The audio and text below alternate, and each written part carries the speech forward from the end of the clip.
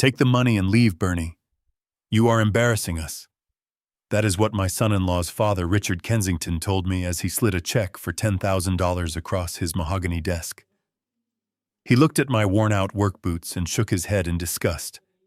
He thought he was paying off a poor, retired mechanic to stay away from his wealthy family. He thought he was buying my silence and my absence because I was a stain on his perfect image. What Richard did not know was that the check he just signed was drawn from a bank account that exists only because I allow it to. He did not know that I am the Atlas Trust. He did not know that I own 51% of his entire empire. And he certainly did not know that in exactly 48 hours I was going to take it all back. Before I tell you how I destroyed a dynasty with a single signature, hit that like button and subscribe if you have ever been underestimated by people who think money equals class. Let me know in the comments where you are watching from. It all started on a Saturday afternoon that was supposed to be a celebration. My son-in-law Preston was turning 32, and my daughter Emily had invited me to their estate in the Hamptons. I remember the drive vividly. My 2005 Ford F-150 has a loose muffler that rattles like a bag of marbles whenever I go over 40 miles an hour. It is a good truck. It has hauled timber, steel, and machinery for 2 decades, but against the pristine, manicured hedges of the Kensington estate, it looked like a rust bucket from a scrapyard. I pulled up to the main gate, and before I could even roll down my window, a security guard in a uniform that cost more than my entire wardrobe stepped out. He did not ask for my name. He did not ask for my invitation. He just tapped his baton on the hood of my truck. That sound, a sharp metallic clack, echoed in the silence of the afternoon. He told me deliveries were around the back, and that I was leaking oil on the private drive.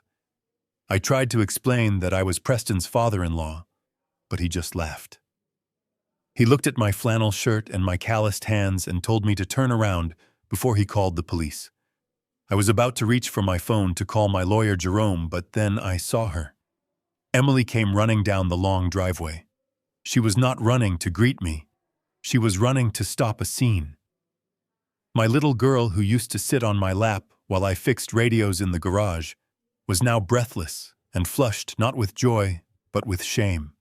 She told the guard it was okay that I was her father, but she would not look me in the eye. She whispered that I should have parked down the road and walked up. She said the neighbors talk dad, and this truck is an eyesore.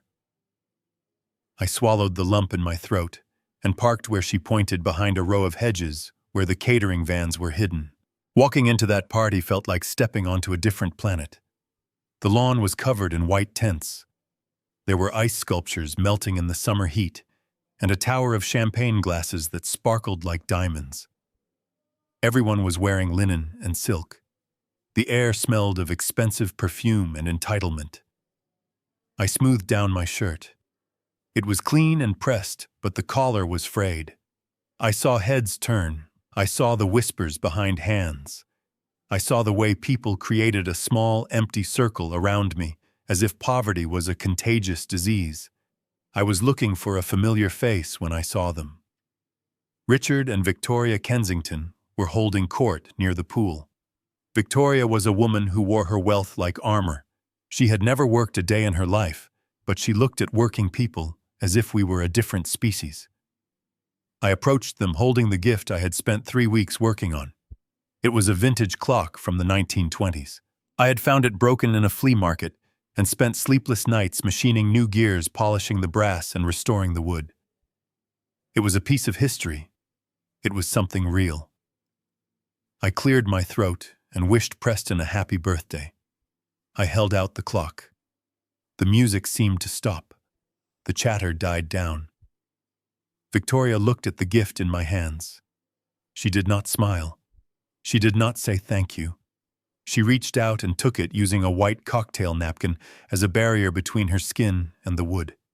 She held it up for the guests to see, but not with pride. She held it like an exterminator holds a dead rat. "Oh, look, everyone," she announced, her voice carrying over the garden. "Bernie brought us an antique. Or is it just old?" She turned the clock over, inspecting the bottom. It smells like oil and old basement. I hope it does not have termites or bacteria. We have to be so careful with these rustic items, don't we? The crowd laughed. It was a polite, cruel ripple of laughter that cut deeper than any insult. I saw Preston, my son-in-law, standing with his golf buddies. He was laughing too. He made a show of wiping his hands on his pants after shaking mine earlier, as if my touch had soiled him. I looked at Emily. I waited for her to step in. I waited for her to say that her father was a master mechanic, that this clock was a work of art. But she just stared at her shoes, her face burning red. She was wishing I would disappear. Victoria handed the clock to a passing waiter. "Put this in the garage," she said, loud enough for me to hear. "We can sanitize it later or just throw it out." I stood there, my hands empty, my heart pounding a rhythm of pure rage against my ribs. I wanted to scream. I wanted to tell them that I could buy this entire estate and turn it into a parking lot. But I didn't. I clenched my fists inside my pockets and forced a smile. I did it for Emily. I told myself to endure it for one more hour. Dinner was announced, and the guests moved toward the long tables set up under the marquee. There were name cards at every seat. I walked up and down the main table looking for my name. I saw Richard and Victoria at the head. I saw Preston and Emily to their right. I saw senators and bankers and socialites. But I did not see Bernard Caldwell. I felt a tap on my shoulder. It was the house manager. He gave me a tight, pitying smile and pointed toward the corner of the tent near the kitchen entrance. There was a small round table there away from the main party. It was set for 4. Sitting there were the 2 nannies who were watching the guests' children and a private security guard who was on his break. That was my place. The children's table. The staff table. I walked over and sat down. The chair was wobbly. From my vantage point, I could see the head table perfectly. I saw the waiters pouring vintage wine for Richard. I saw Victoria laughing, throwing her head back, exposing her long neck. I saw Preston leaning over to whisper something to a friend, pointing discreetly in my direction. I could read his lips. He called me the help. I sat there, and I ate the cold chicken they served me. I did not taste a single bite. My mind was racing. I was replaying 40 years of memories. I thought about the day I met Richard's father, Old Man Kensington, 40 years ago. He was a good man, a desperate man who needed a lifeline. I gave him my life savings to save his company. He promised me 51% of the voting shares in a secret trust called Atlas. He kept his word. He respected me. He knew the value of a man who works with his hands. But his son Richard knew nothing. Richard only knew the money he inherited. He did not know where it came from. He did not know the silent whale swimming beneath his little boat. As I watched him toast to his own success, to his brilliance, to the Kensington legacy, I felt something inside me shift. It was the click of a lock turning. The patience I had held onto for decades finally ran out. I watched Emily at the main table. She looked miserable. She was pregnant with my grandchild, but she looked thin and anxious. She was trying so hard to please these people, to fit into their mold. And in doing so, she was letting them erase her father. She was letting them treat me like a stray dog they were forced to feed. That hurt more than the insults. That hurt more than the isolation. After the main course was cleared, Richard stood up and tapped his glass. He made a speech about family values and tradition. He spoke about the future of Kensington Dynamics, about the upcoming IPO that would make them billionaires. He looked straight at the investors in the crowd and smiled his shark smile. He did not look at me. To him, I was invisible. I was just a background extra in the movie of his life. But then he did something unexpected. He gestured for the waiter to bring me a drink. Not a glass of the fine wine everyone else was drinking, but a bottle of cheap beer. He had it sent to my table in the corner. It was a deliberate, calculated insult. A reminder of my place. A reminder that no matter how much money they had, they would never have class. I didn't touch the beer. I just stared at Richard across the room. Our eyes met for a second. He winked at me, a condescending, arrogant wink. In that moment I knew. I knew that I could not just go home and tend to my garden. I knew that leaving them alone was no longer an option. They were not just arrogant, they were dangerous. They were destroying my daughter's spirit, and they were planning something with the company, something reckless. I could feel it in my gut. I finished my meal in silence. The nannies at the table were kind. They asked me about my truck, about my life. They treated me with more respect in 5 minutes than the Kensington family had in 5 years. When the dessert was served, I stood up. I had had enough. I was ready to leave. I was ready to call Jerome and unleash the storm. But as I turned to go, the house manager appeared again. He blocked my path. "Mr. Kensington would like a word with you in the library," he said. His tone made it clear this was not a request. It was a summons. I looked at the library windows glowing with golden light. I thought about just walking away, getting in my truck, and never looking back. But curiosity is a powerful thing. I wanted to hear what Richard had to say. I wanted to see how far he would push. I walked toward the main house, my boots heavy on the stone path. I did not know it then, but I was walking toward the end of my old life. I was walking toward a conversation that would force me to pull the trigger on a weapon I had kept hidden for 40 years. I adjusted my flannel shirt, took a deep breath, and opened the heavy oak doors. The silent wail was about to surface. The library was significantly colder than the rest of the house, as if the temperature had been lowered to preserve the expensive art on the walls, or perhaps just to make guests uncomfortable. The room smelled of old leather and unlit cigars, a masculine scent that Richard clearly bought rather than earned. He was standing behind a desk that looked big enough to land a plane on. He did not look up when I closed the heavy oak doors behind me. He was busy pouring an amber liquid into a crystal glass from a decanter that likely cost more than my monthly grocery bill. The sound of the ice clinking against the glass was the only noise in the room. I stood there waiting for an invitation to sit that never came. He took a long, slow sip of his scotch and finally deigned to look at me.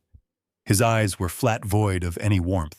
He gestured vaguely to the empty space in front of his desk, leaving me to stand like a naughty schoolboy called to the principal office. He did not offer me a drink. He did not offer me a chair. He simply leaned back against his desk, crossing his ankles and staring at me with a look of bored disdain. "You know, Bernie," he started, his voice smooth and practiced like a politician, giving a speech to a crowd he despises. "We are moving toward a very sensitive time for Kensington Dynamics. We are preparing for an initial public offering in the next quarter. The eyes of Wall Street are upon us. Every detail matters. Every association is scrutinized by bankers and investors who value image above all else." He took another sip of his drink, swirling the liquid around. "To be blunt, your presence is a distraction. You have a certain rustic charm, I suppose, for a mechanic. But on a balance sheet, you are what we call a rustic liability. Investors want sophistication, Bernie. They want pedigree. They do not want a grandfather who looks like he just crawled out from under a pickup truck holding their future heir in photos. It sends the wrong message. It suggests a lack of refinement in the family bloodline." He reached into a drawer and pulled out a thick, cream-colored envelope. He did not hand it to me. He slid it across the polished wood surface until it stopped at the edge right in front of my belt buckle. It sat there heavy and ominous. I looked at it and then back at him. "What is this?" I asked, my voice steady despite the anger boiling in my veins. "It is a solution," Richard said. "It is a generous severance package from this family, if you will. Open it." I picked up the envelope. My rough fingers struggled for a moment with the expensive paper before I tore it open. Inside was a cashier check. I pulled it out and looked at the numbers. $10,000. It was a lot of money to a poor man. It was enough to fix my truck and pay rent for a year. But coming from him, it felt like pocket change thrown at a beggar. Behind the check was a legal document stapled and thick. I scanned the first page and my blood ran cold. It was a voluntary termination of visitation rights. It was a contract agreeing that I would never contact my unborn grandchild or attend any public event associated with the Kensington family. It was a gag order disguised as an agreement. It demanded that I remain invisible, that I erase myself from my daughter's life and the life of her child in exchange for cash. Clause 4 stood out to me.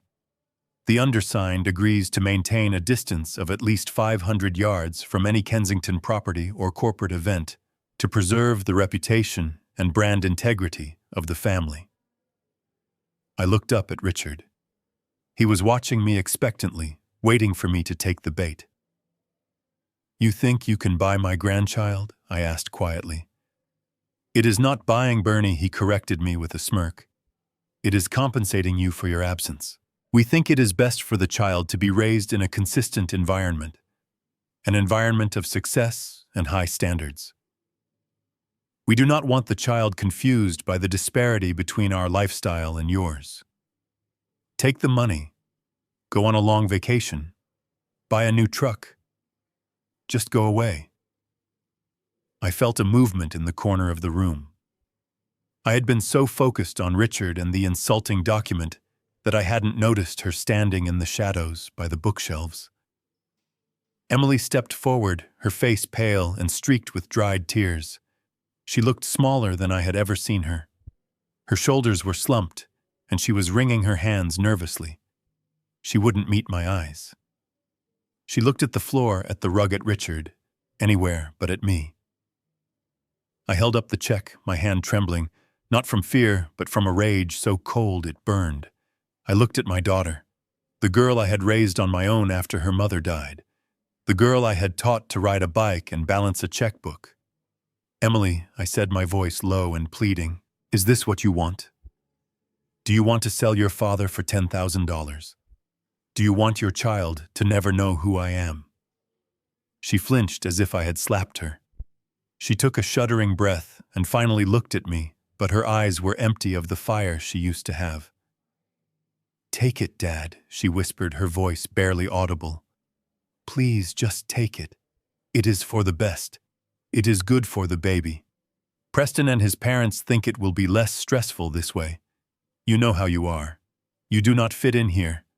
It is just too hard on everyone when you come around. Good for the baby. To not know its grandfather.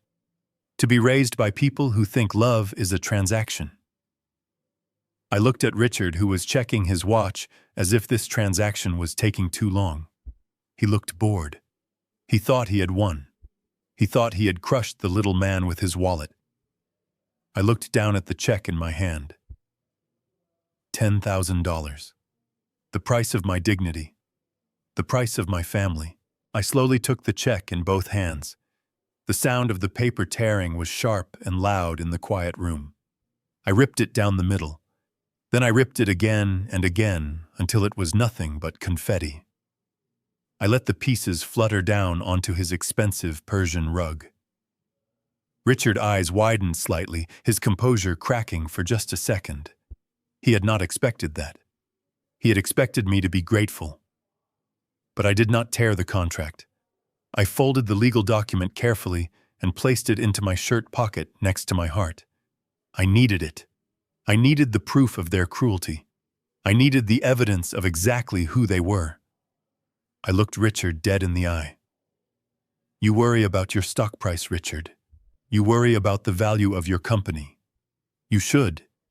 Because I am going to be watching it very closely. You think I am a rustic liability. You have no idea what a liability looks like yet. But you will." I turned to Emily. She was crying openly now, but she did not move toward me. She stayed on their side of the room. "Goodbye, Emily," I said. "I hope the money is warm enough to hold you at night, because that is all you have left." I turned my back on them, on the luxury, on the betrayal, and walked out of the library. I marched past the stunned guests in the garden, past the security guard who smirked at me and got into my old truck. As I drove away, the engine rattled and coughed, but I did not hear it. All I could hear was the sound of war drums beating in my heart. I pulled my phone from my pocket and dialed a number I had not called in years. "Jerome," I said when he answered. "Clear your schedule. We are going to audit Kensington Dynamics. I want to know exactly why Richard is so afraid of a poor old man." The drive back to my cabin was a blur of asphalt and heartache. My old truck rattled down the highway, but the noise couldn't drown out the sound of my daughter's voice pleading with me to take the money. That $10,000 check. It wasn't the insult of the amount that burned in my chest. It was the fact that Emily, the little girl I had carried on my shoulders, the teenager I had taught to drive in this very truck, had looked at me with pity and shame. She had chosen them. She had chosen the marble floors and the cold stares over the man who had dried her tears when her mother died. I pulled into the gravel driveway of my small wooden cabin. It sits on 4 acres of land surrounded by pine trees. To anyone driving by, it looks like the home of a man who has scraped by his entire life. The paint is peeling slightly on the porch railing. There is a stack of firewood by the door that I chopped myself. It is simple. It is quiet. It is the only place where I have ever felt like myself. But tonight, walking up those steps, I felt a strange heaviness. For 40 years I had worn this simplicity like a comfortable coat. I had hidden my true nature to protect myself, to keep life genuine. But seeing how easily my own flesh and blood could discard me because of that simplicity made me question everything. I unlocked the front door and stepped into the darkness. The air smelled of cedar and old coffee. I didn't turn on the lights. I walked straight to the small bedroom at the back of the house. I pushed aside the heavy oak dresser that had belonged to my grandfather. It scraped loudly against the floorboards, a harsh sound in the quiet night. Beneath it lay a rug that hadn't been moved in years. I rolled it back, revealing the rough pine planks of the floor. There was one loose board, indistinguishable from the rest, unless you knew exactly where to press. I pried it up. Underneath, embedded in the foundation of the house, was a steel safe. It wasn't a modern digital box. It was a heavy fireproof behemoth from the 70s covered in a layer of gray dust. My hands were steady now. The trembling rage from the party had settled into a cold, hard resolve. I spun the dial. Right to 22. Left to 48. Right to 10. The tumblers clicked into place with a satisfying thud that echoed in the silence. I pulled the heavy handle, and the door swung open. Inside, there were no stacks of cash. There were no gold bars or diamonds. There was just a thick, leather-bound portfolio and a few yellowing envelopes. I pulled the portfolio out and carried it to the kitchen table. I turned on the single overhead lamp. The light was dim, casting long shadows across the room. I opened the leather cover. The first document on top was the original incorporation paper of the Atlas Trust, dated September 19, 1980. I ran my finger over the signatures. There was mine, firm and clear. And there was Arthur Kensington's, Richard's father. I closed my eyes and let the memory wash over me. It was 44 years ago. Arthur wasn't a titan of industry then. He was a frantic young inventor working out of a rented garage in Queens, trying to build a new type of hydraulic system for industrial machinery. I was a mechanic back then, working double shifts, saving every penny, investing in patents that nobody else saw value in. I had met Arthur when his prototype failed, and he couldn't afford to fix it. I fixed it for free because I liked the way his mind worked. We had sat on crates in that greasy garage drinking cheap beer. Arthur was crying. He told me the bank was pulling his loan. He told me Kensington Dynamics was dead before it even started. He needed $200,000 to secure the manufacturing contract that would launch the company. To him, it was an impossible sum. To me, it was a risk, but a calculated one. I had the money. I had made a fortune in the late 70s on a lucky land deal that nobody knew about. I wrote him a check that night. I told him I didn't want a seat on the board. I didn't want my name on the building. I wanted 51% of the voting stock held in a blind trust, and I wanted him to run the company as if it were his own. I wanted to be the silent partner, the safety net. Arthur had looked at me like I was an angel. He swore he would never forget, and he didn't. Until the day he died, Arthur treated me like a king. But he respected my wish for anonymity. He never told Richard the truth. He only told him that the Atlas Trust was a silent investor group that had to be consulted on major decisions. Richard grew up thinking Atlas was some faceless conglomerate in Switzerland. He never guessed that Atlas was the man fixing his bicycle in the driveway. I turned the page of the portfolio. There it was, the most recent valuation report from the last fiscal quarter. I looked at the number at the bottom of the page. It was a number that would make Richard Kensington vomit the expensive scotch he had been drinking. $10,400,000,000. That was the current value of the assets held by the Atlas Trust. My assets. My money. The rustic liability that Richard wanted to erase from his family photo album held the power to buy and sell his entire existence 10 times over. I stared at the document for a long time. For years, I had let the dividends reinvest. I had lived off my pension and my small savings because I liked the quiet life. I didn't want the complications of wealth. I didn't want people to love me for my checkbook. But look where that had gotten me. My daughter loved the illusion of wealth more than the reality of her father. My son-in-law sneered at the hands that actually built the foundation of his luxury. I closed the portfolio.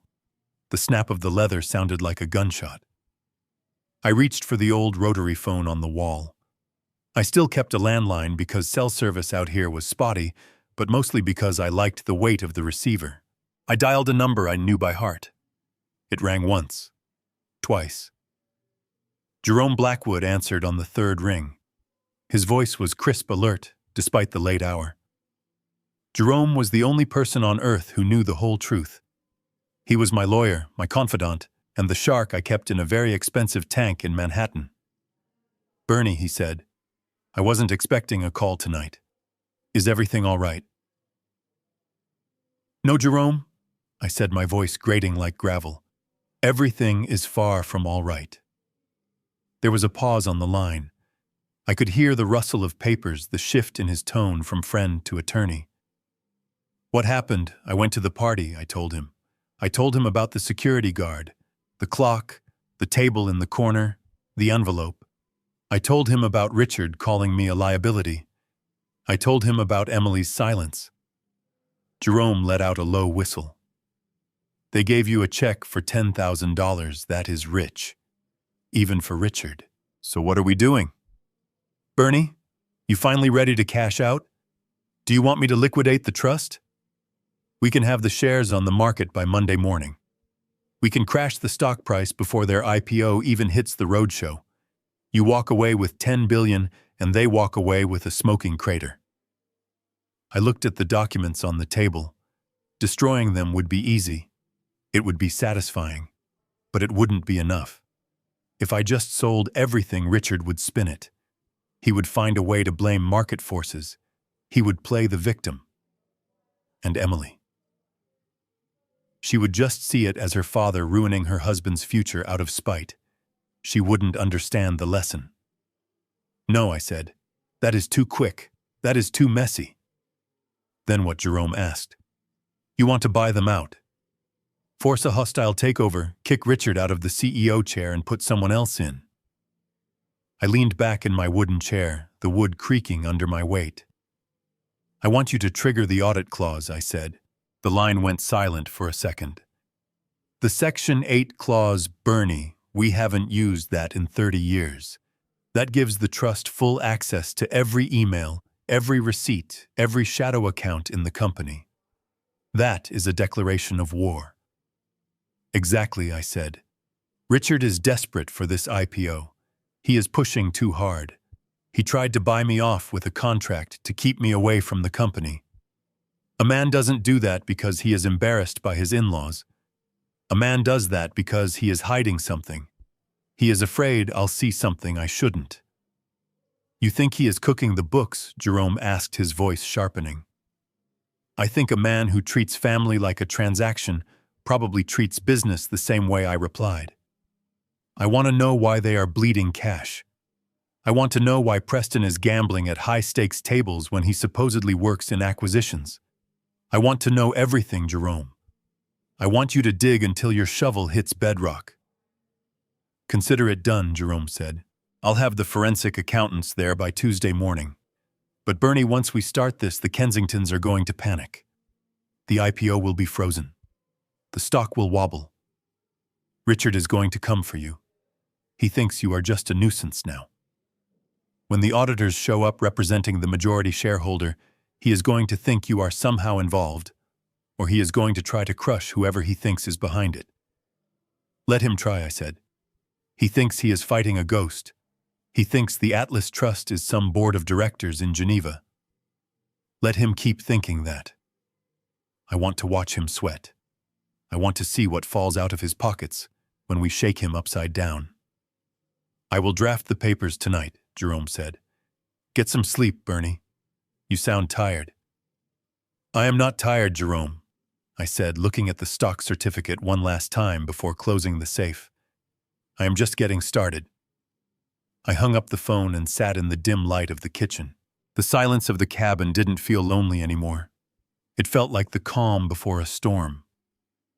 I looked at my reflection in the dark window. I didn't see the old mechanic in the flannel shirt. I saw the man who had bet on Arthur Kensington 40 years ago.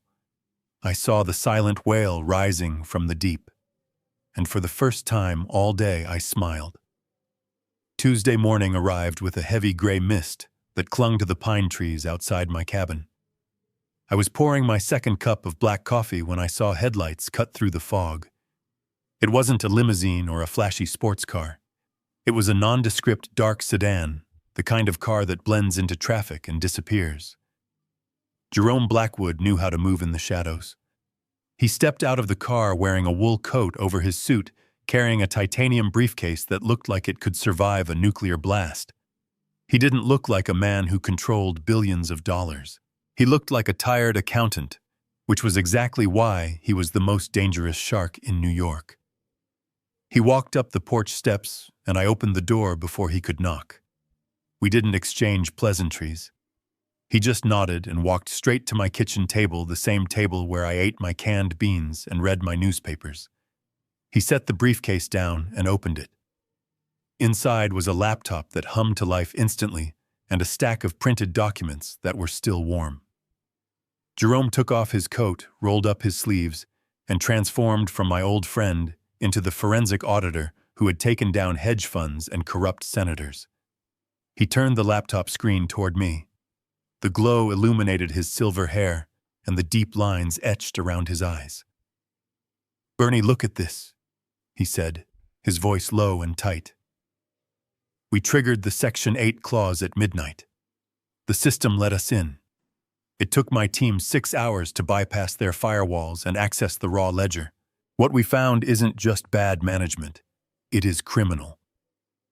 I pulled my chair closer, squinting at the columns of numbers that danced across the screen. I know engines. I know how to listen to a piston and tell you if a valve is stuck. But looking at these spreadsheets felt like looking at an engine that was running on oil and prayer. There were red lines everywhere. Jerome pointed a manicured finger at a column labeled Q3 revenue. "See this number here?" Jerome asked. Richard reported $150 million in sales last quarter. He told the board and the potential IPO underwriters that demand is up 40%. But look at the shipping logs, Bernie. Look at the inventory. They didn't ship $150 million worth of product. They shipped maybe $30 million. I frowned, trying to understand the mechanics of the lie. How can they report sales if they didn't ship anything I asked? Booking fake revenue, Jerome explained with a grim smile. They are creating invoices for shell companies that don't exist. They record the sale to boost the numbers on paper so the stock valuation goes up. But no money is actually coming in. It is a ghost ship, Bernie. The company looks massive from the outside, but inside it is completely hollow. He typed a few keys and a new window popped up. It showed a complex web of wire transfers. This is where the money is supposed to be, he said, pointing to a series of accounts. But look where it actually goes. Cayman Islands, Panama, Luxembourg. They are moving what little cash they have into offshore accounts to hide the debt. They are borrowing money from one bank to pay the interest on a loan from another bank. It is a Ponzi scheme built on the Kensington name. But why, I asked. The company was profitable for 30 years. Arthur built a machine that printed money. How did Richard break it? Richard didn't break it alone, Jerome said. He clicked on a folder named Expenses, Miscellaneous. He scrolled down and the name Preston Kensington appeared over and over again. My son-in-law. The man who wiped his hands after touching mine. The man who bought my daughter diamond earrings while I was driving strangers to the airport. Preston has been busy, Jerome said, his voice dripping with disdain. He is listed as a consultant for acquisitions. But look at these withdrawals. 50,000 here, 200,000 there. All transferred to casinos in Las Vegas, Atlantic City, and Macau. And here, look at these credit card statements paid by the company. Private jets, suites at the Wynn, watches, cars. I felt sick. My stomach churned as I looked at the total at the bottom of the spreadsheet. $50 million. Preston had drained $50 million from the company in 4 years. He wasn't a businessman. He was a parasite. He was gambling away the legacy my father saved and Arthur built. He was betting with my money. So they are broke, I whispered, the realization hitting me like a physical blow. They are worse than broke, Jerome said, closing the laptop with a snap. They are insolvent. If the SEC looks at these books for 5 minutes, Richard and Preston go to federal prison for 20 years. That is why they are pushing for the IPO so hard, Bernie. That is why they need to go public. They need the influx of cash from new investors to fill the $50 million hole before anyone notices. They are trying to sell a burning house to the public and hoping the fire department doesn't show up until they have cashed out. He stood up and walked to the window, looking out at the pines. This explains everything, Bernie. It explains the contract. It explains the check. It explains why Richard was sweating in that library. I stood up too, my legs feeling heavy. Explain it to me, Jerome, I said. Think about it. He turned to face me. You are the Atlas Trust. You own 51% of the voting stock. They cannot sell the company without your signature. They cannot launch an IPO without the majority shareholder signing off on the prospectus. But Richard thinks Atlas is some faceless entity he can manipulate.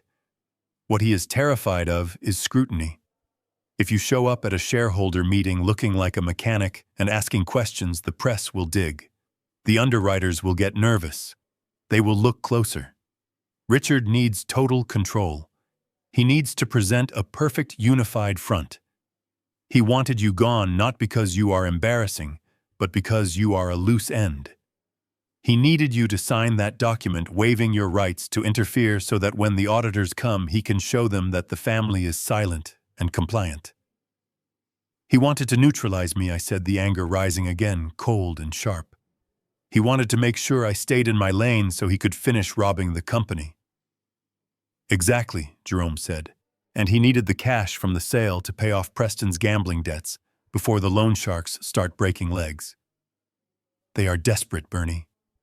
They are standing on a trapdoor and the rope is fraying. They are terrified that if the IPO fails, they lose everything. The mansions, the cars, the status. They will be destitute. I looked down at my rough hands. I thought about the $10,000 Richard had thrown at me. He had offered me pennies to save his own skin. He had treated me like dirt while standing on a mountain of debt that I effectively owned. So what do we do? Jerome asked, breaking my trance. We have enough here to bury them. I can send this to the district attorney this afternoon. We can have them arrested by dinner time. We can freeze their assets. We can liquidate the company and salvage what is left. You walk away with billions, and they walk away in handcuffs." I shook my head slowly. "No," I said. "That is too easy. If they go to jail now, they become victims in their own minds. They will say they were persecuted. They will blame the market. And Emily will hate me. She will see me as the monster who sent her husband to prison. She doesn't know the truth. She thinks they are gods." I walked over to the safe and looked down at the floorboards I had pried up the night before. "I need them to reveal themselves," I said. "I need Emily to see them for what they really are. I need Richard to stand up in front of the world and lie one more time so I can pull the rug out from under him when he feels safest." Jerome watched me carefully. "You want to play with them?" he asked. "I want to break them," I replied. "But I want to do it on my terms. I want to look Richard in the eye when he realizes that the rustic liability just foreclosed on his life." Jerome smiled a shark smile that matched my own. "Very well, Bernie. If we are going to do this, we need to be smart. We need to let them think they are winning. We need to let them think the Atlas Trust is asleep at the wheel." "What is the next step?" I asked. Jerome reached into his briefcase and pulled out a single sheet of paper. "We leak a rumor," he said. "We tell a few key people on Wall Street that the Atlas Trust is considering selling its position, that we are looking for a buyer." I nodded, understanding immediately. "That will panic Richard. He will think he is about to lose control before the IPO." "Exactly," Jerome said.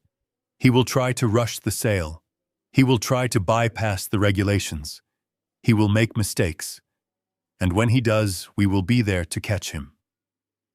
"But I need to get closer," I said. "Reading reports isn't enough. I need to hear what they are saying when they think no one is listening. I need to know what they are planning for my daughter." Jerome raised an eyebrow. "You want to bug his office?" "I want to do more than that," I said. "I used to fix the HVAC systems in that building 40 years ago. I know every vent. I know every service corridor. I still have the master key set Arthur gave me in 1985. "You are going inside?" Jerome asked, his voice showing a hint of concern. "I am going inside," I confirmed. "I am going to be the fly on the wall. I am going to be the ghost in the machine." Jerome sighed, but he didn't argue. He knew that look in my eye. It was the same look my father had when he bet everything on a stranger. "Just be careful, Bernie," he said. "Richard is cornered, and cornered animals bite." I picked up the black coffee from the table. It was cold now, but I drank it anyway. "Let him bite," I said. "I have thick skin." Jerome packed up the laptop, leaving me with copies of the incriminating files. He walked to the door and turned back. "One more thing, Bernie. That check you tore up. The 10,000. "Yeah," I said. "Technically that was company money. Embezzled company money. Richard tried to pay you off with your own cash." I laughed, a dry, humorless sound.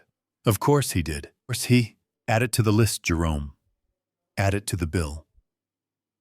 When Jerome left, I stood in the doorway watching his car disappear into the mist. The fog was lifting, revealing the sharp edges of the world. I knew what I had to do. I had to become someone else. I had to put away the grieving widower and the tired driver. I had to become the silent whale. And the first thing the whale was going to do was swim right into the heart of the storm. I turned back into the cabin and started looking for my old toolbox. It was time to go to work. The dust from Jerome's departure had barely settled when I heard the crunch of gravel again. This time it was not a sedan, but a sleek white Range Rover that looked ridiculous parked next to my woodpile. I watched from the window as my daughter Emily stepped out. She was not wearing the designer silk she had worn at the party. She was wearing a simple cotton dress and a cardigan that looked a little too big for her. Her hair was pulled back in a loose ponytail, and she carried a wicker basket covered with a checkered cloth. It was a scene straight out of my memories. It was exactly how she used to look when she came home from college on weekends, before the Kensingtons got their claws into her. I opened the door and she stood there on the porch, looking up at me with big, watery eyes. "Hi, Dad," she said, her voice trembling just enough to tug at my heartstrings. "I brought you something." She lifted the cloth to reveal a deep dish apple pie. It was still warm. The smell hit me instantly. Cinnamon, nutmeg, and tart apples. It was her mother's recipe.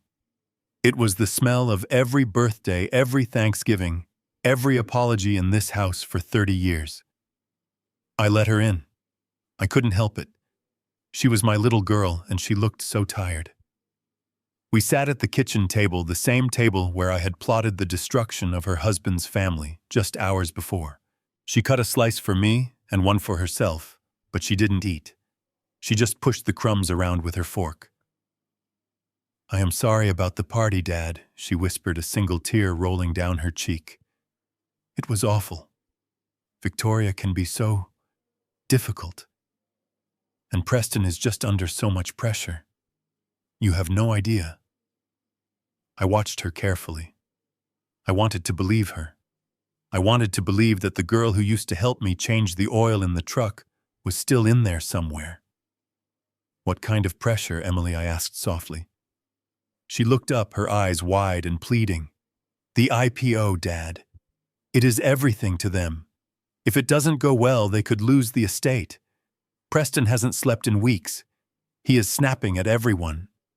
He loves you, really he does, but he is just terrified that something will go wrong. That is why Richard was so harsh. They are just scared." She reached across the table and took my hand. Her hand was cold. "Dad, please. Just sign the paper. Not for them. For me. For your grandson. If you sign it, the stress goes away. We can be a family again quietly. We can come visit you here. We just need to get through this launch. Please, Dad. I can't take the fighting anymore." My heart cracked. I looked at her tired face, the dark circles under her eyes. Maybe I was being too hard. Maybe Richard really was just a desperate man trying to save his legacy. Maybe Preston was just a scared kid. And Emily, she was caught in the middle, pregnant and alone in that big house. All she wanted was peace. I looked at the pie. I looked at my daughter. I felt the anger draining out of me, replaced by a father's instinct to fix things, to make the pain stop. "I will get the paper," I said, standing up. "It is in my bedroom." "Oh, thank you, Dad. Thank you," she sobbed, burying her face in her hands. "You are saving my life." I walked toward the bedroom, feeling a heavy resignation. I would sign their contract. I would take their money. I would disappear if it meant Emily could be happy. I would be the rustic liability one last time. As I reached the door, Emily stood up abruptly. "I need to use the restroom," she said, rushing past me toward the bathroom down the hall. She left her purse and her phone sitting on the kitchen table right next to the half-eaten pie. I went into my room and retrieved the crumpled contract from my jacket pocket. I smoothed it out on the dresser. I uncapped my pen. I stared at the signature line. Bernard Caldwell. I was about to sign away my rights to my own blood. I took a deep breath, ready to surrender. Then I heard it. A sharp ping from the kitchen. Then another, and another. A rapid-fire series of notifications. I walked back into the kitchen. The phone screen was lit up, facing the ceiling.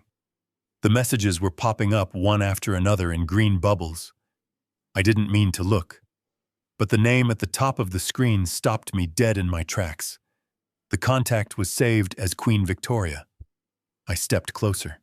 The messages were visible on the lock screen. "Did you get the signature yet?" the first one read. "Don't forget to cry. The old fool is a sucker for tears." That was the second. "Remember the deal, Emily. You get him to sign, and the Paris trip is yours. Use the baby if you have to. Just get it done so we can evict him from our lives for good." I felt the blood drain from my face. My hands went numb. The pen fell from my fingers and clattered onto the floor. It wasn't desperation. It wasn't stress. It was a script. It was a performance. My daughter wasn't crying because she was hurting. She was crying for a shopping spree in Paris. I reached out and touched the screen. I shouldn't have done it, but I had to know. I swiped down to see the earlier conversation. My thumb hovered over a message Emily had sent to Preston 2 days ago, right after the party. I read the words and felt something inside me die. God. Preston, I know he is embarrassing, Emily had written. He smelled like old engine oil and cheap soap. I nearly gagged when he hugged me. I promise once we get the money we never have to see him again. He is just a means to an end, babe. I stared at the words until they blurred. Smelled like engine oil. The oil that paid for her braces. The oil that paid for her college tuition. The oil that kept the heat on when winter hit. She didn't just hate my poverty. She hated me. She hated the very essence of who I was. I heard the toilet flush. I heard the tap running. I quickly put the phone back exactly where it was. I picked up the pen from the floor and put it in my pocket. I stood by the window, my back to the room, staring out at the gray sky. My heart was no longer beating. It was just a cold stone in my chest. The father who wanted to save his little girl was gone. In his place was the chairman of the Atlas Trust. Emily came back into the kitchen.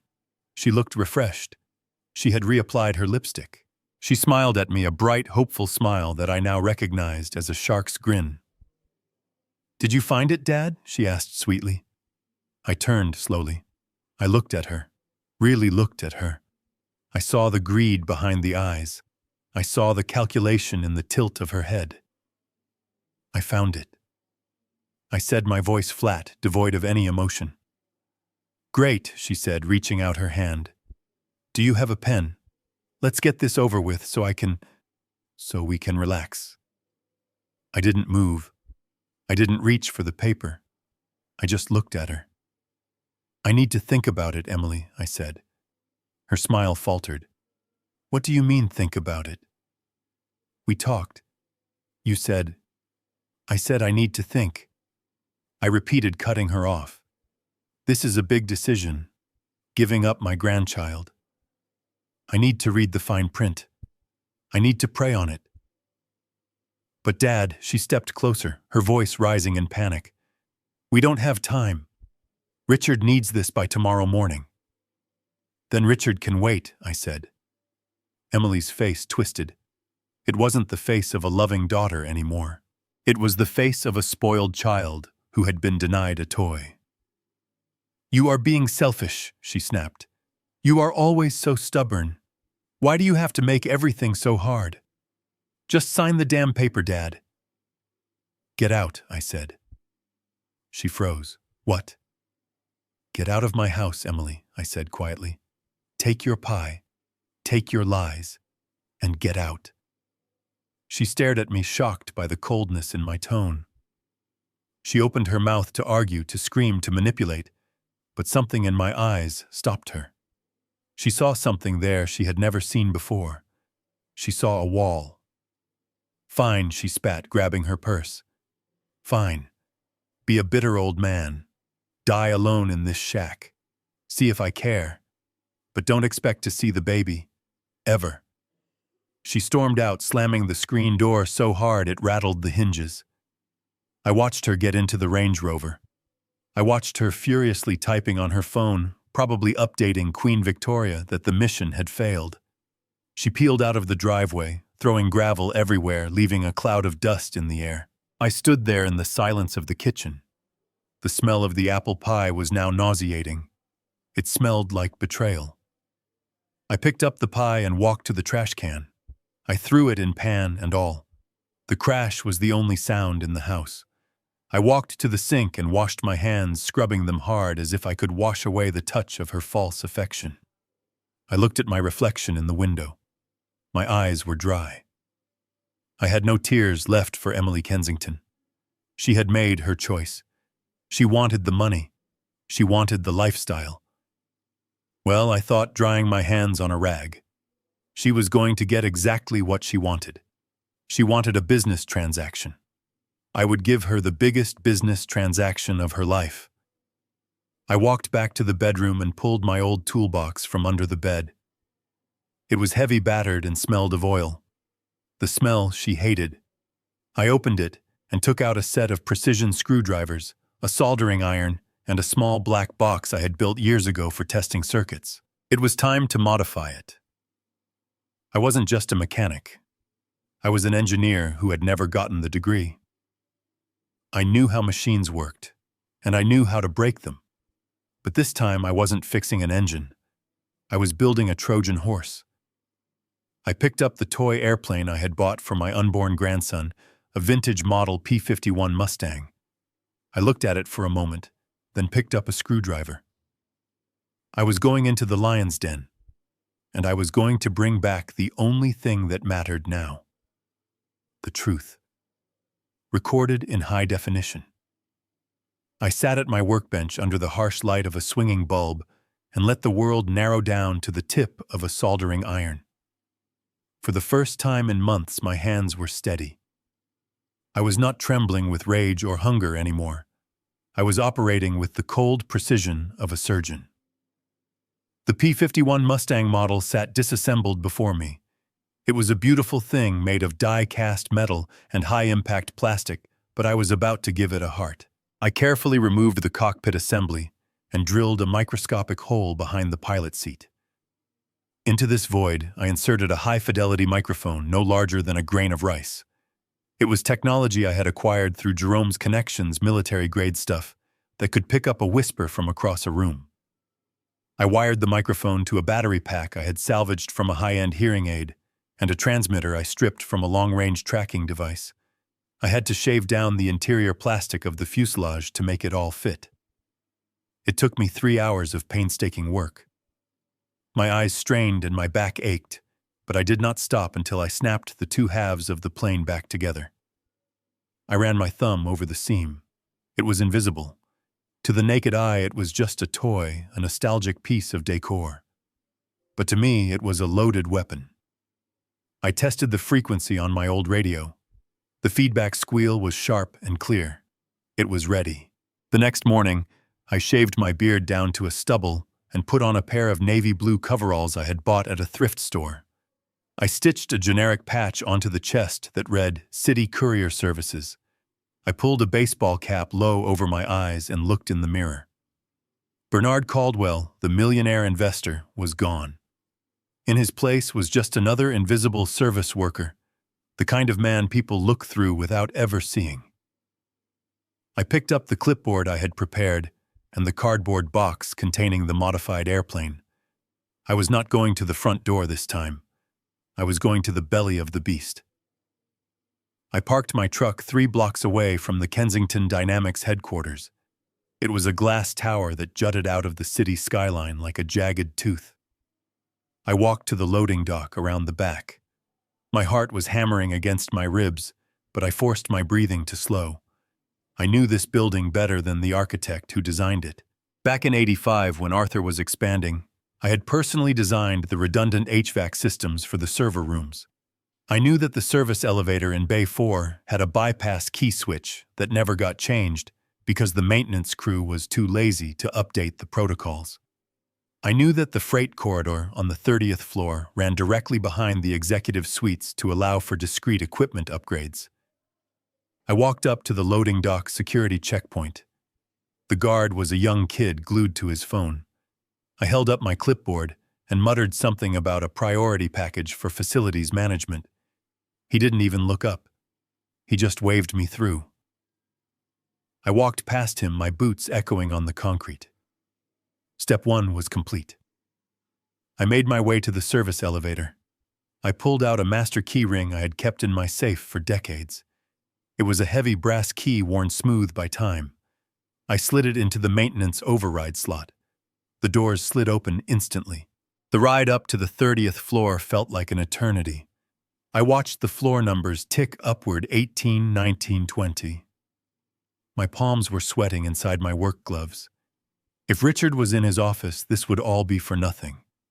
If I was caught, I would be arrested for trespassing and corporate espionage. The IPO would go through and my daughter would be lost forever. The elevator dinged and the doors opened. I stepped out into the plush, carpeted hallway of the executive wing. It was quiet. It was lunch hour. I had timed this perfectly. I kept my head down, walking with purpose. If you look like you know where you are going, nobody questions you. I turned the corner toward the CEO's office. That was when I saw him. The head of security, a man named Miller, who had been with the company since Arthur's days. He was walking toward me, talking into a radio. He wasn't a kid on a phone. He was a professional. He stopped 10 feet away from me, his eyes narrowing. "Hey you," he barked. "Hold up. Where is your badge?" I froze. I tightened my grip on the box. I forced myself to look confused, not scared. "Facilities," I grunted, pitching my voice lower. "Just dropping off a filter replacement for the AC unit in Suite 304. Miller stepped closer. He looked at my face. For a second, I thought he recognized me. I thought he saw the eyes of the man he had thrown out of the party. But then he looked at my coveralls. He looked at the grease under my fingernails. He sniffed the air and smelled the old engine oil I had dabbed on my neck. He wrinkled his nose. "Service elevator is back that way," he said, pointing a thumb over his shoulder. "Do not use the main hall. You are tracking dirt on the carpet." "Yes, sir," I said, bobbing my head. "Sorry, sir." He watched me turn around. I walked away, waiting for a hand on my shoulder, waiting for him to realize who I was. But he just turned back to his radio and kept walking. I ducked into the alcove of the executive restroom, waited for him to round the corner, and then doubled back. My heart was beating so hard I thought it would crack a rib. I reached Richard's office. The door was heavy frosted glass. I didn't knock.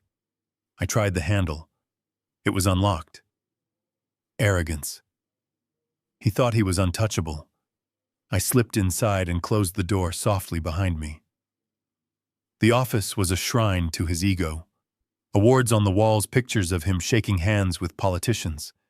And there on the bookshelf behind his massive desk was his collection of vintage model aircraft. Right in the center sat a P-51 Mustang identical to the one in my box. I had given it to him 10 years ago when he married Emily. He had kept it not out of sentiment, but because it fit the aesthetic of the room.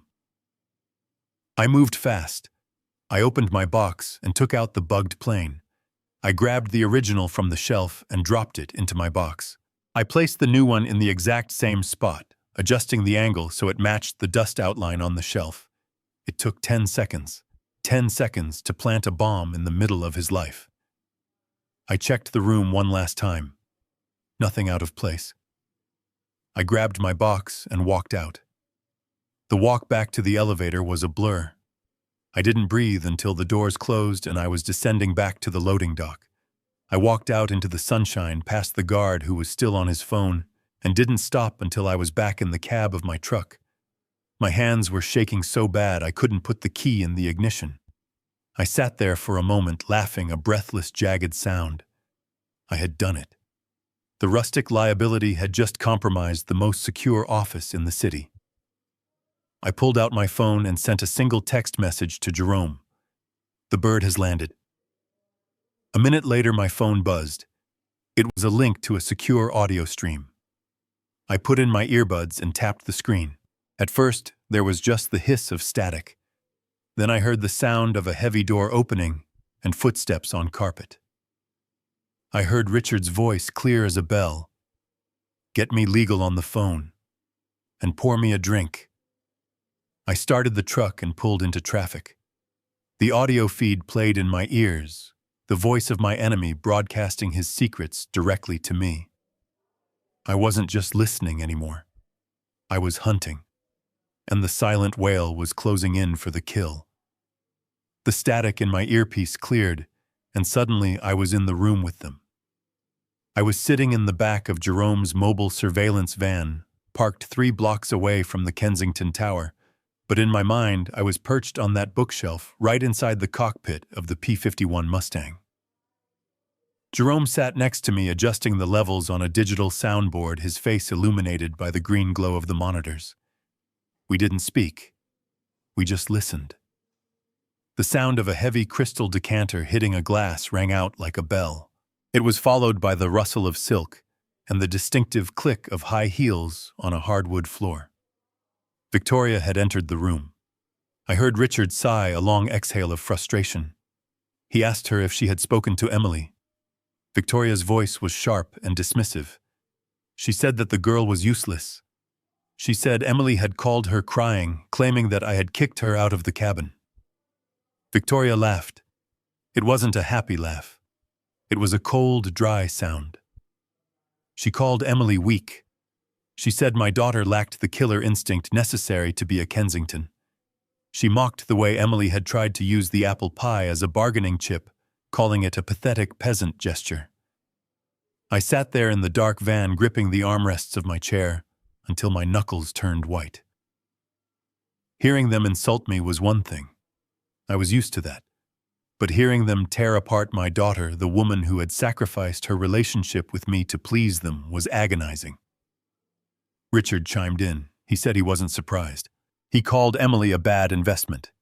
He said he had only allowed Preston to marry her because she was pliable and because they thought my land might be worth something one day. But now that they knew I was destitute, Emily was just another mouth to feed, another expense on the balance sheet. Jerome looked at me, his eyes wide with shock. He reached out to pause the recording, but I shook my head. I needed to hear it all. I needed to drink every drop of this poison so I would never forget why I had to destroy them. They poured another drink. I could hear the ice clinking. Victoria asked about the IPO. Richard sounded confident, but tense. He said the numbers were cooked enough to pass a preliminary review, but they needed to sign the underwriters by Friday. He said the only loose end was me. He said he might have to hire someone to scare me off if the contract didn't work. He talked about burning down my cabin as casually as he talked about ordering lunch. He said a little electrical fire would solve the problem of the rustic liability permanently. I felt a cold sweat break out on my forehead. They were not just thieves. They were monsters. They were willing to kill to protect their lifestyle. Jerome was typing furiously on his laptop, documenting every threat, every admission of fraud.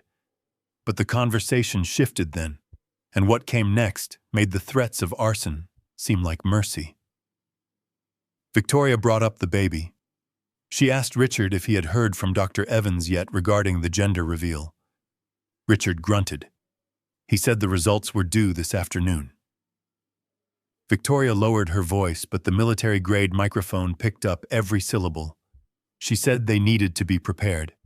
She said the Kensington Family Trust, the small legacy fund, left by Richard's grandfather, that they actually controlled, had a strict clause.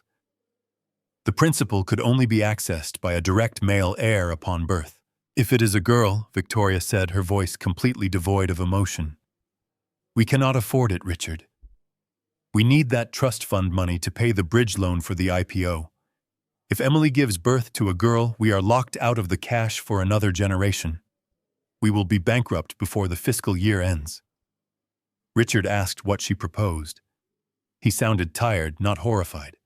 Victoria didn't hesitate. She said Dr. Evans was on the payroll. She said if the test came back female, they would tell Emily there were complications, genetic markers, severe deformities, things that would make the child's life miserable. She said they would convince her that a therapeutic termination was the only humane option. They would pressure her. They would tell her she could try again later for a healthy boy. I stopped breathing. The air in the van felt suddenly thin. They were planning to kill my grandchild. They were planning to manipulate my daughter into an abortion she didn't want simply because the baby might be the wrong gender to unlock a bank account. They were going to murder an innocent life for cash flow. I looked at the monitor where the audio waveform was spiking with their voices. I visualized them in that plush office surrounded by awards and luxury plotting this atrocity. I thought about Emily alone and scared, trusting these people with her life and the life of her child. I thought about the little toy plane sitting on the shelf, watching them with its painted eyes. A sound ripped out of my throat. It wasn't a scream. It was a growl, a primal noise of pure fury.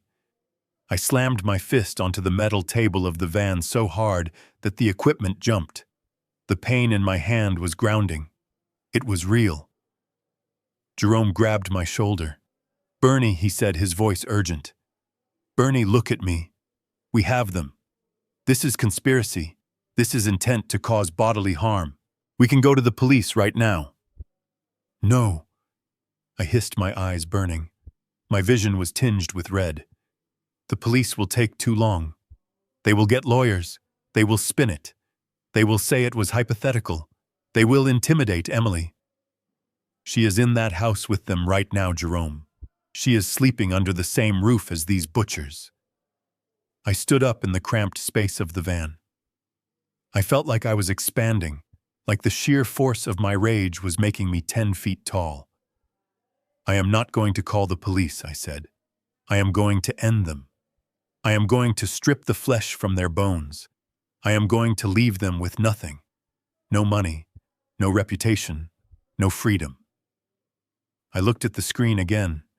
Richard was laughing now, making a joke about how gullible Emily was, about how she would believe anything Preston told her.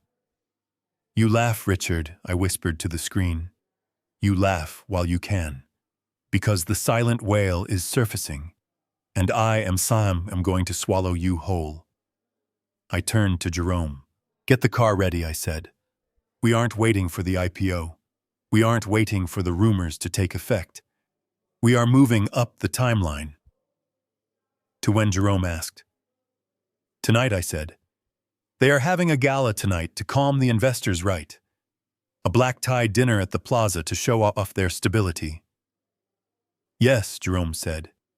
"It starts at 8. "Then we are going to a party," I said. I grabbed my coat. "And Jerome, I want you to prepare the speakers. I want this recording, this exact conversation, to be the soundtrack of their destruction." I stepped out of the van into the cool city air. The noise of the traffic sounded distant.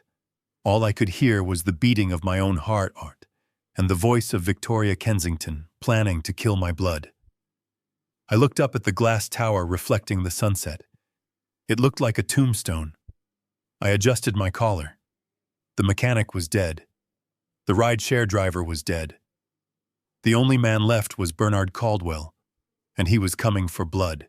Jerome sat in the dim light of the surveillance van with the glow of the laptop screen reflecting in his glasses. He was not typing furiously or sweating. He was calm like an executioner who knows the knot is tied correctly. He opened the secure server for the Atlas Trust, a digital fortress that Richard Kensington believed was run by a cabal of faceless Swiss bankers in Geneva. Jerome drafted a single email. The subject line was stark and simple. "Urgent notice regarding voting rights review." The body of the message was brief, but it carried the weight of a guillotine blade. It read, "To the CEO of Kensington Dynamics. The Board of Trustees has received concerning intelligence regarding the company's liquidity and recent ethical deviations. We are hereby suspending our automatic proxy vote, effective immediately. The trust will exercise its voting rights directly at the upcoming shareholder meeting. We will be sending a representative to the gala tonight to inspect the books." Jerome hovered his finger over the enter key. He looked at me one last time, a silent question in his eyes, asking if I was truly ready to burn down the house my money had built. I nodded. He pressed the key. The email was sent. It traveled through the fiber optic cables of the city, invisible and silent, landing with a digital ping on the computer in the office 30 floors above us. We put our headphones back on and waited. It took exactly 3 minutes. First there was silence. Then we heard the sound of a glass shattering against a wall.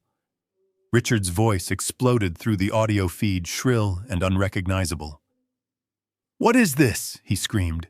"Who sent this? Get me the CFO on the line now." We heard the frantic tapping of a phone screen. "Who is the representative? Find out who controls Atlas. I want a name. I want a face. They cannot freeze the proxy now. The underwriters will walk if they smell even a whiff of instability." I watched the live stock ticker on Jerome's second monitor. The market is a living thing. It reacts to fear faster than thought. The rumor Jerome had planted earlier about a potential sell-off was already circulating in the back channels of Wall Street. Combined with the sudden chaotic activity radiating from the CEO's office, the stock began to twitch. It dipped 2 points, then 3. It wasn't a crash yet, but it was a tremor, a warning sign that the foundation was rotting. Richard was pacing. We could hear his heavy breathing through the microphone, his expensive leather shoes stomping on the carpet. He was yelling at his secretary, blaming her for the email, as if she controlled the internet. He was unraveling. He was a man who had built his entire life on the assumption that he was the smartest person in the room, and now he was realizing he was alone in the dark with something much bigger than him. Then we heard the door open again. Victoria entered. She didn't scream. She didn't throw things. Her voice was ice cold, cutting through Richard's panic like a scalpel. "Stop shouting, you fool," she hissed. "You are making us look weak. If the stock tanks Richard, we lose the estate. We lose the summer house. We lose my standing in the foundation. Fix this." Richard stammered, trying to explain the email, but Victoria cut him off. She had a plan, a desperate, reckless plan, born of pure self-preservation. "Move the timeline up," she commanded. "Forget next week.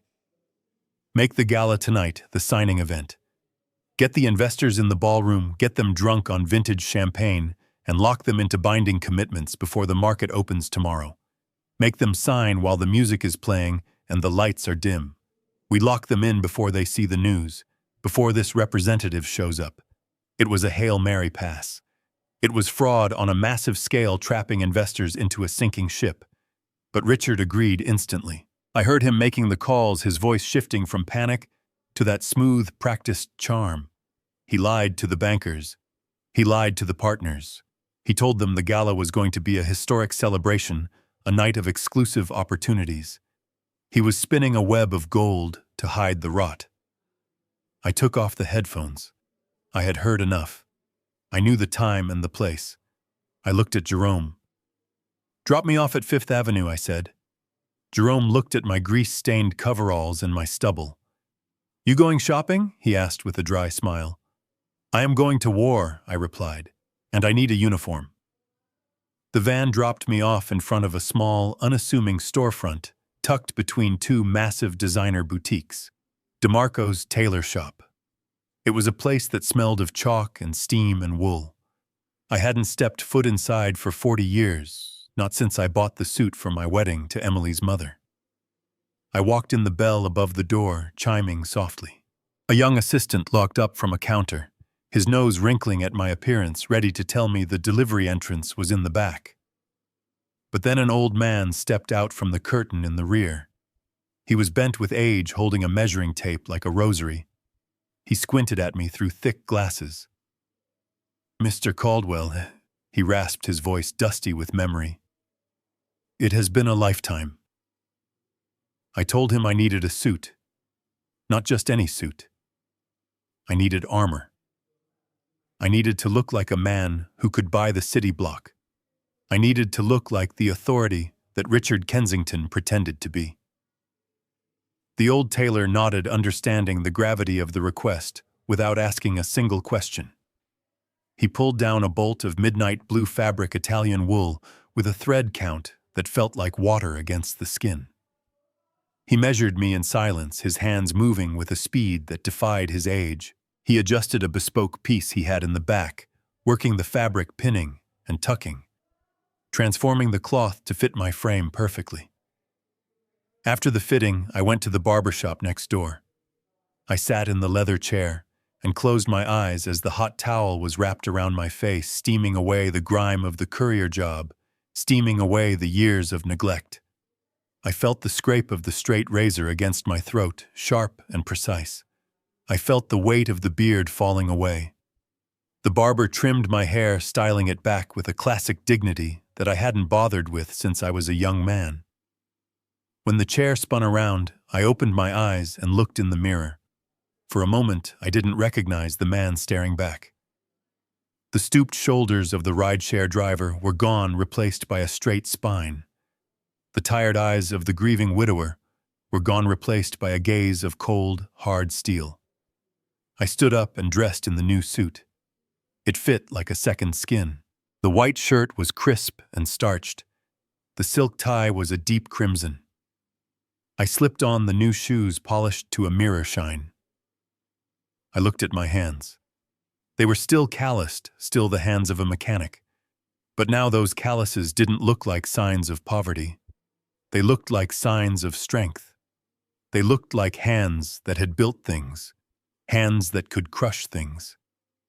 I adjusted my cuffs and looked at my reflection one last time. Bernard the gardener was dead. Bernard the rustic liability was a memory. The man in the mirror was the chairman of the Atlas Trust. He was the silent whale surfacing to breach. I walked out onto the street, the city lights reflecting in my eyes. I checked my watch. It was 7:30. The gala was starting. The trap was set. And I was the one holding the spring. I hailed a cab, not to drive it, but to ride in the back. To the Plaza Hotel, I told the driver. And step on it.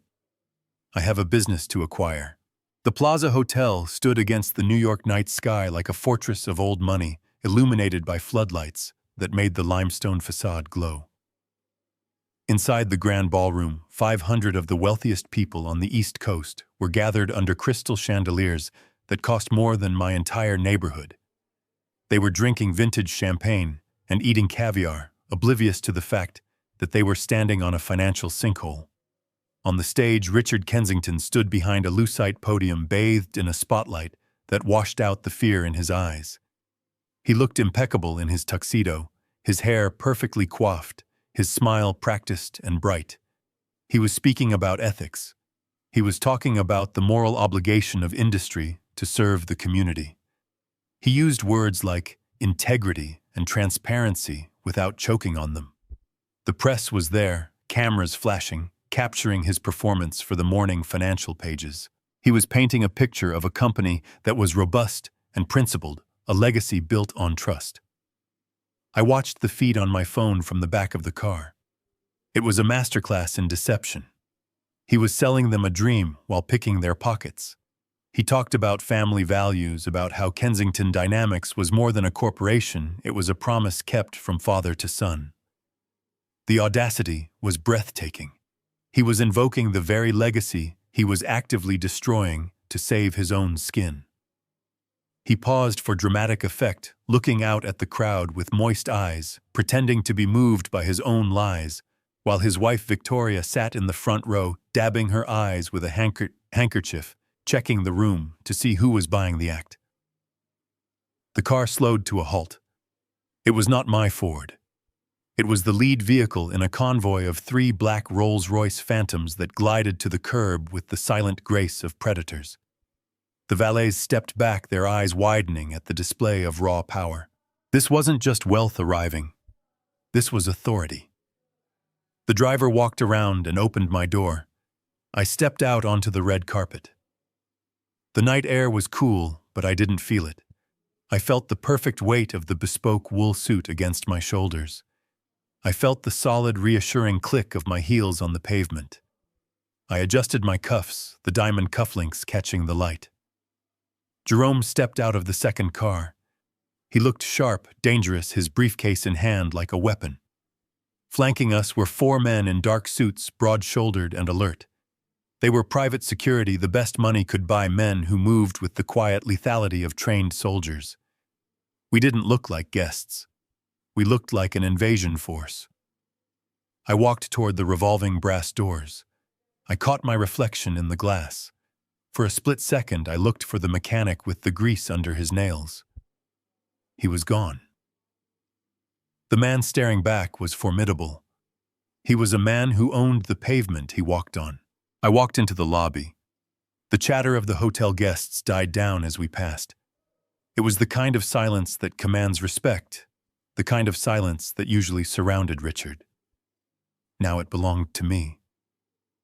We marched toward the double doors of the ballroom, the sound of our footsteps a synchronized drumbeat of doom. Standing guard at the entrance to the ballroom was Miller, the same head of security who had sneered at my coveralls at the loading dock just days before. The man who had sent me to the service elevator like a stray dog. He stood with his arms crossed, looking bored and imposing, checking invitations with a heavy-lidded disdain. He saw us approaching, and his posture stiffened. He didn't recognize me at first. He saw the suits, the bodyguards, the aura of power. But then he looked closer. He looked at my eyes. I saw the flicker of confusion in his face, the nagging sense of familiarity. He stepped forward, holding up a hand to stop us. "Excuse me, sir," he said, his voice professional but firm. "This is a private gala. Invitation only." He didn't know who I was, but he knew I wasn't on his list. He was trying to do his job, trying to protect the lie inside. I didn't stop, I didn't slow down. I walked right up to him until I was looking down into his eyes. "Do you not recognize me, Miller?" I asked, my voice low and gravelly. "I delivered a package to you recently." His eyes widened. The memory clicked. The mechanic. The grease, the smell of oil. He took a step back, his face draining of color. "You," he stammered. "You can't be here. You need to leave immediately, or I will call the police." He reached for his radio, his hand trembling. He was about to make a scene, about to try and throw me out again. Jerome stepped in between us. He didn't raise his voice. He didn't shout. He simply reached into his breast pocket and pulled out a card. It wasn't a paper invitation. It was a heavy rectangle of solid gold, laser-etched, with the Kensington crest and the words, "Atlas Trust Founding Member." He held it up to Miller's face. The light caught the gold blindingly. Miller froze. He knew what that card meant. It was a myth in the company, a legend. The card that outranked the CEO. The card that meant you didn't just attend the party, you owned the building. Miller looked from the card to me and back to the card. His arrogance evaporated, leaving only fear. He swallowed hard, his Adam's apple bobbing. He lowered his hand from his radio. He stepped aside, his head bowing almost involuntarily. "I am sorry, sir," he whispered, his voice shaking. "I didn't know. Please proceed." The bodyguards pushed past him, opening the heavy double doors of the ballroom. The sound of applause from inside washed over us. Richard was finishing his speech, basking in the adoration of the crowd. The doors swung wide, revealing the glittering room, the sea of faces, the lie in all its glory. I stepped across the threshold. The silent whale had breached the surface, and the water was about to turn red. The silence that fell over the grand ballroom was heavier than the oak doors I had just walked through. It was not the polite hush of an audience waiting for a punchline. It was the suffocating vacuum of a room that knows something terrible is about to happen. 500 heads turned in unison. The waiters froze with their trays of champagne suspended in midair. The camera flashes stopped popping, leaving after-images dancing in my eyes. I stood at the top of the short staircase leading down to the dance floor, flanked by Jerome and my security detail. I looked out at the sea of tuxedos and gowns. For months I had felt invisible in rooms much smaller than this.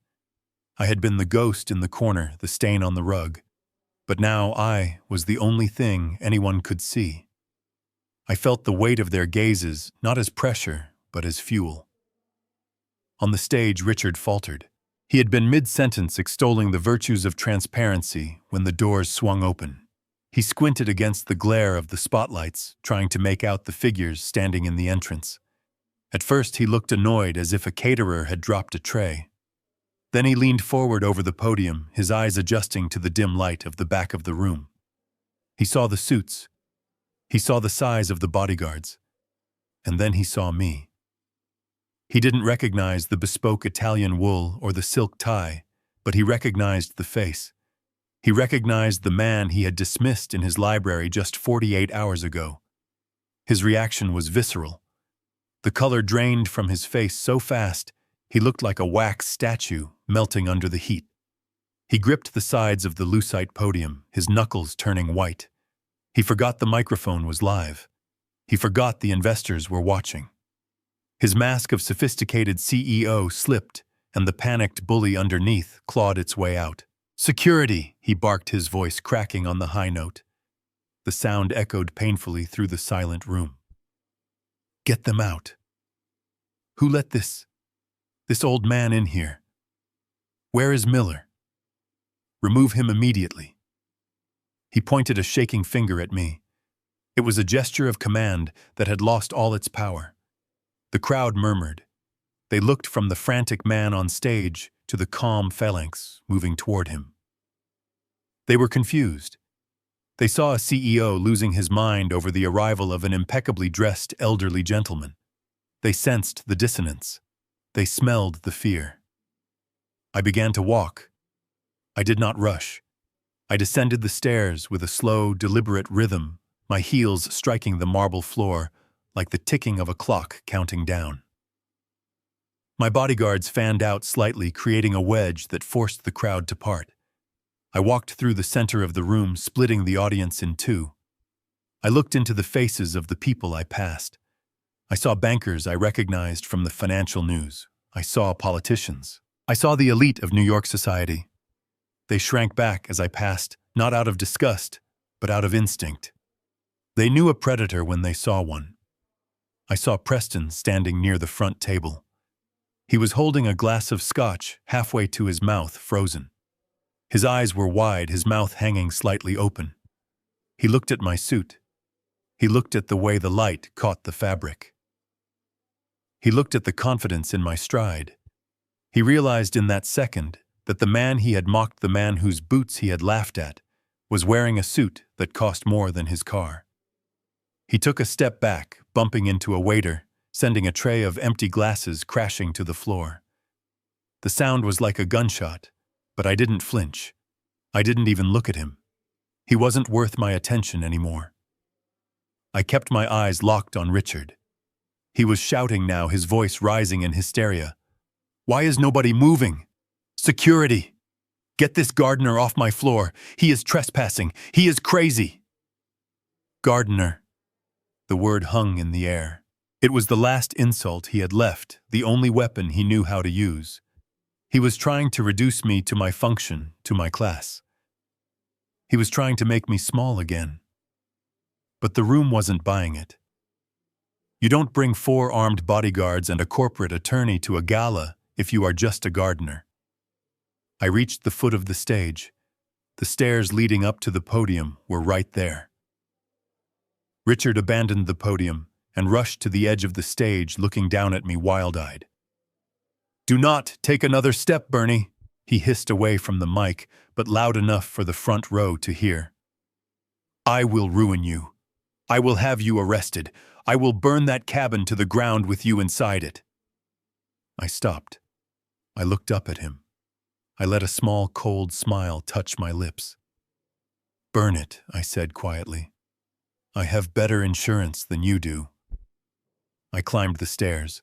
1, 2, 3. Richard backed away, stumbling over his own feet. He looked around for help, for his allies, for his security, but he found himself alone on an island of light. He realized with dawning horror that no one was coming to save him. I walked to the center of the stage. I stood behind the podium he had just vacated. I placed my hands on the cool plastic. I looked out at the 500 faces staring up at me. I took a deep breath, inhaling the scent of expensive perfume and fear.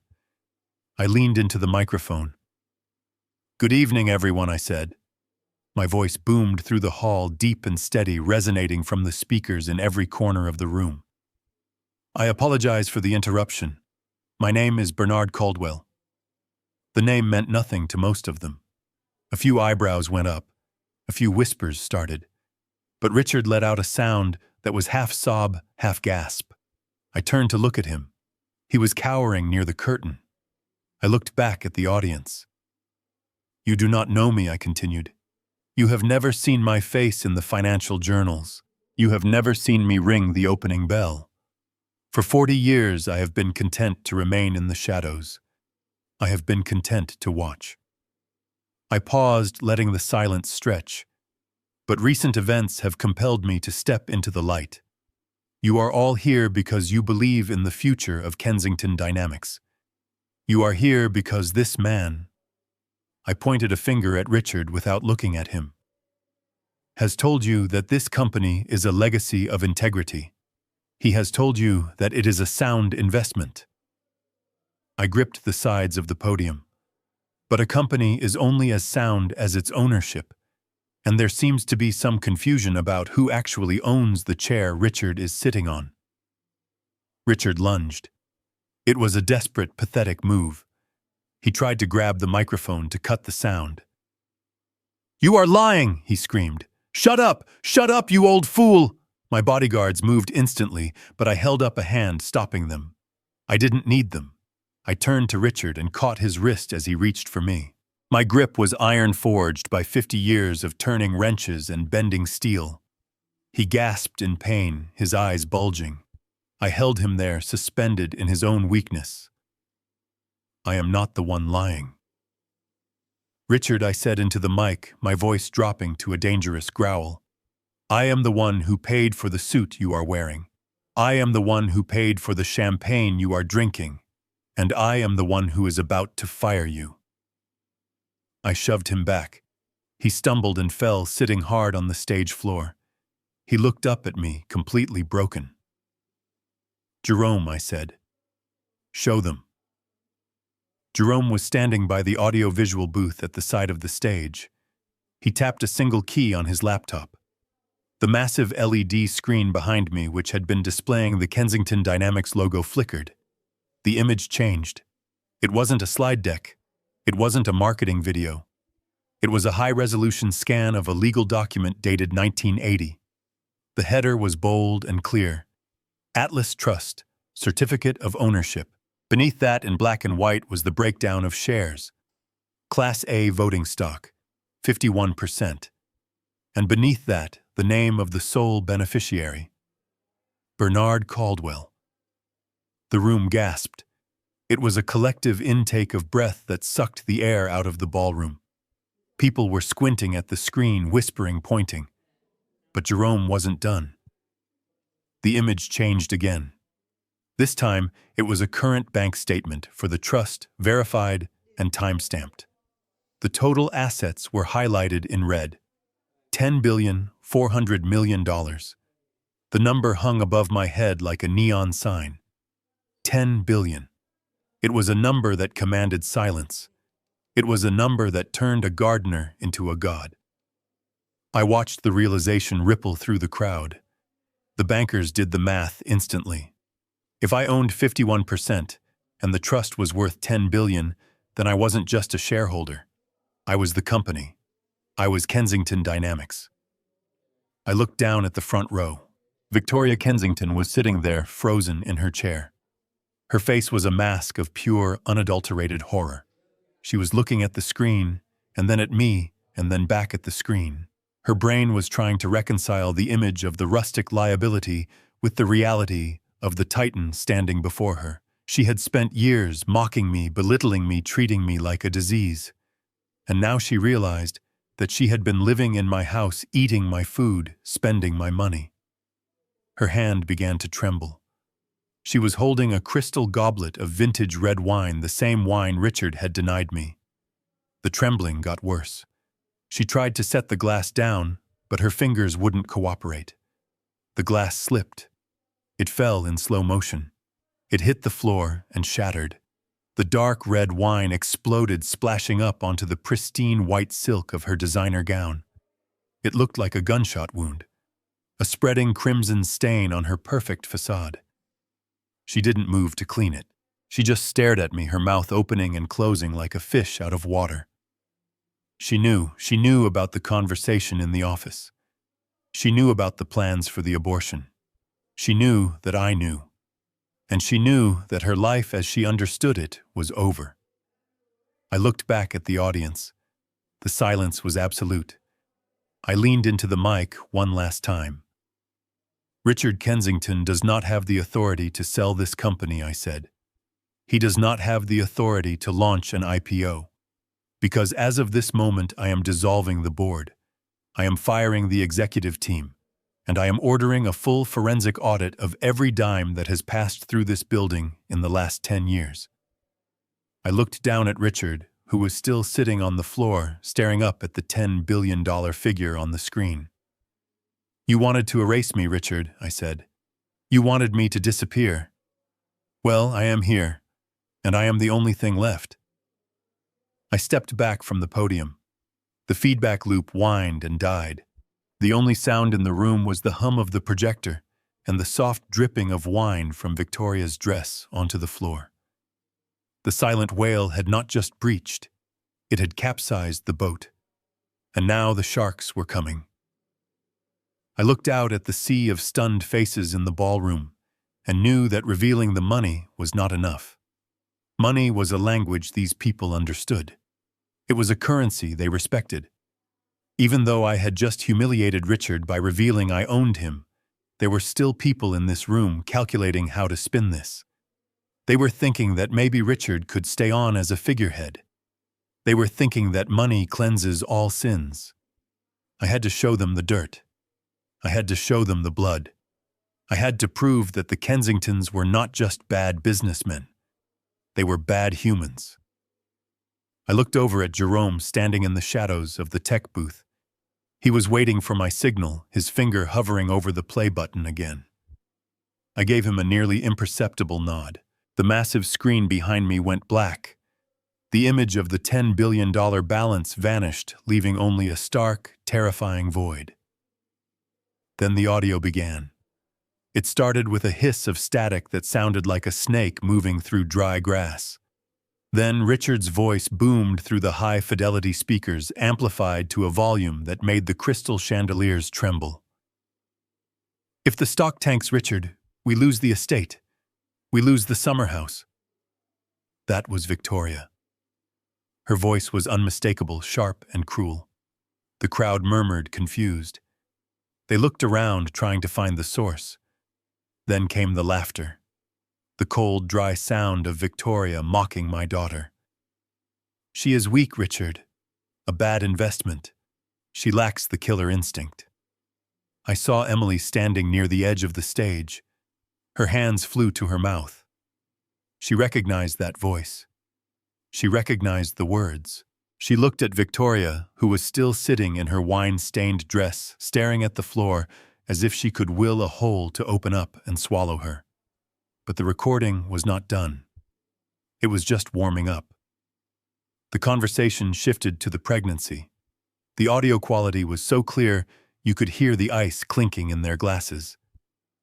If it is a girl, we cannot afford it. We need that trust fund money. The room went deathly silent. The waiters stopped moving. The air conditioners seemed to pause. 500 people held their breath as Victoria laid out the plan. Dr. Evans is on the payroll. If the test is female, we tell her there are complications, severe deformities. We convince her to terminate. A gasp ripped through the room. It was a collective sound of horror, a physical reaction to pure evil. This was not financial fraud. This was a conspiracy to commit murder. This was a grandmother plotting to kill her own grandchild for cash flow. I looked at Emily. She wasn't crying anymore. She was screaming. It was a silent scream, her mouth open, her eyes wide with a terror so absolute it looked like madness. She clutched her stomach instinctively, protecting the life inside her from the monsters she lived with. She looked at Preston, waiting for him to deny it, waiting for him to scream that it was a lie. But Preston just stood there, pale and shaking. He knew. He had known. And he had done nothing. I leaned into the microphone, my voice cutting through the horror. You heard them, I said. They were not planning a legacy. They were planning a crime. They were going to sacrifice an innocent life to pay for their private jets and their gambling debts. I pointed a finger at Preston. He flinched as if I had pointed a gun. And you, I said, you stood by. You let them talk about your child like it was a defective product. Preston panicked. The reality of the situation crashed down on him. He realized that this wasn't just a corporate takeover. This was the end of his life. He looked at the exits. He saw the red signs glowing in the distance. He made a run for it. He shoved a waiter aside, knocking a tray of silver onto the floor with a deafening crash. He sprinted toward the side door, his tuxedo tails flapping like the wings of a desperate bird. He didn't make it 10 feet. The side doors burst open. But it wasn't catering staff. It was a team of federal agents in windbreakers emblazoned with the letters FBI. Behind them were officers from the NYPD Economic Crimes Unit. Jerome had been busy. He had sent the forensic packet to the district attorney at the same time he sent the email to Richard. The evidence of $50 million in embezzlement and wire fraud was irrefutable. Preston skid to a halt, his eyes bulging. An agent stepped forward and grabbed his arm, twisting it behind his back. The click of the handcuffs was audible even over the murmurs of the crowd. Preston Kensington, you are under arrest for wire fraud, money laundering, and conspiracy to commit securities fraud. Preston started sobbing. Not a manly, stoic cry, but a high-pitched wail of a child who has been caught. Daddy, he screamed, looking back at the stage. Daddy, do something. Help me. But Daddy couldn't help him. Richard was still on the floor, sitting in a puddle of his own arrogance. He watched his son being dragged away, and he realized the walls were closing in. He looked up at me. He saw the man standing at the podium, the man who held the keys to his cage. He scrambled to his knees. He didn't stand up. He crawled. He crawled toward me across the stage floor, his expensive pants dragging on the wood. He reached out a hand toward my shoe. Bernie, he croaked, his voice broken and wet. Bernie, please. We can fix this. You have made your point. You have the power. We understand. I looked down at him. He looked small. He looked pathetic. This was the man who had sneered at my boots. This was the man who had tried to buy my grandchild. We are family, Bernie. He pleaded, tears streaming down his face, mixing with the sweat on his upper lip.